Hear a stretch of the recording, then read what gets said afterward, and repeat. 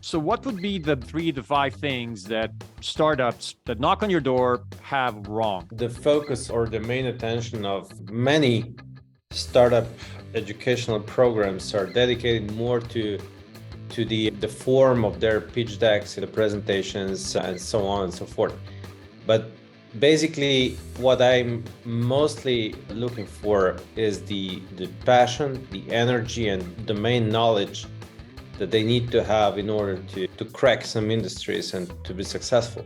And that's something that we usually miss when we see the startups in very early stages.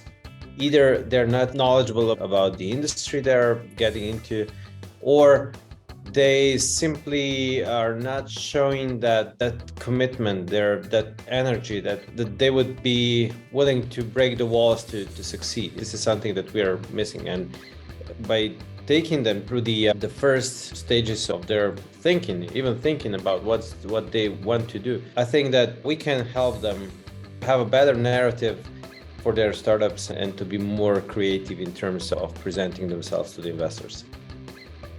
I guess you want to see if you're giving guy like 2 million, will he be able to pitch for 30 million in 3 years? Exactly.